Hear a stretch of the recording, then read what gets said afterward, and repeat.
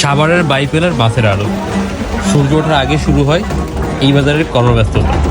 দেশের বিভিন্ন অঞ্চল থেকে ট্র্যাকে ট্র্যাকে করে আসা অনেক রকমের মাছ, দেশি, সমুদ্রের, চাষের থেকে শুরু করে বিভিন্ন রকমের মাছ পাওয়া যায় এই বাজারে।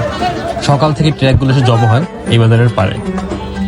পাইকাররা তাদের মাছ নামাতে ব্যস্ত হয়ে পড়ে। খুচরা দোকানদাররা এই বাজারে মাছ কিনতে চলে আসে একদম ভোর হওয়ার ঠিক আগে। দেরি করলে এই বাজারে মাছ পাওয়া যায় না।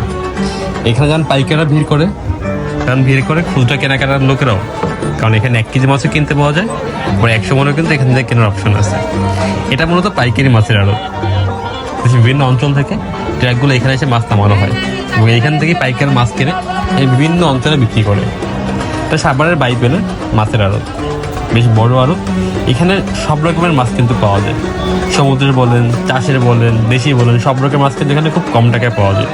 এখানে মাছের দামও অনেক কম এবং মাছগুলো বেশ তাজা, যার কারণে অনেক দূর দূরান্ত থেকে মাছ কিনতে মানুষ এখানে চলে আসে। এবং সকালবেলায় এত পরিমাণে ভিড় থাকে এই বাজারে যে পা ফেলার জায়গা থাকে না। পুরো বাজার কিন্তু পুরো কাদা কাদা হয়ে যায় মানুষের চাপে আর পানির জন্য। এখানে প্রচুর মাছ পাওয়া যায়। এই মাছগুলো কিন্তু বড় বড় সাইজের মাছ এখানে পাওয়া যায় এবং এখানের মাছগুলো কিন্তু অন্য জায়গার তুলনায় বেশ সস্তায় কেনা যায়, তাই লোকে এখানে কিন্তু ভিড় করে। খুব সকালে জমে ওঠে এই বাজার, একদম ভোরবেলা শুরু করে মাছ নামানোর কাজ। পাইকাররা তাদের ডাকাডাকি শুরু করে এবং খুচরা বিক্রেতারা কিন্তু এখান থেকে মাছ নিয়ে চলে যায়। তো আপনারা যারা সাভারে বসবাস করেন বা সাভারে বাইপেলের আশেপাশে এলাকায় থাকেন, তারা চাইলে এখানে মাছ কিনতে যাবেন। এখানে মাছ কিন্তু কাটে আনার অপশন আছে। প্রতি কেজি মাছ কিন্তু 20 টাকা এখান থেকে কেটে নেওয়ার অপশন, কেটে নিয়ে যাওয়া যায়।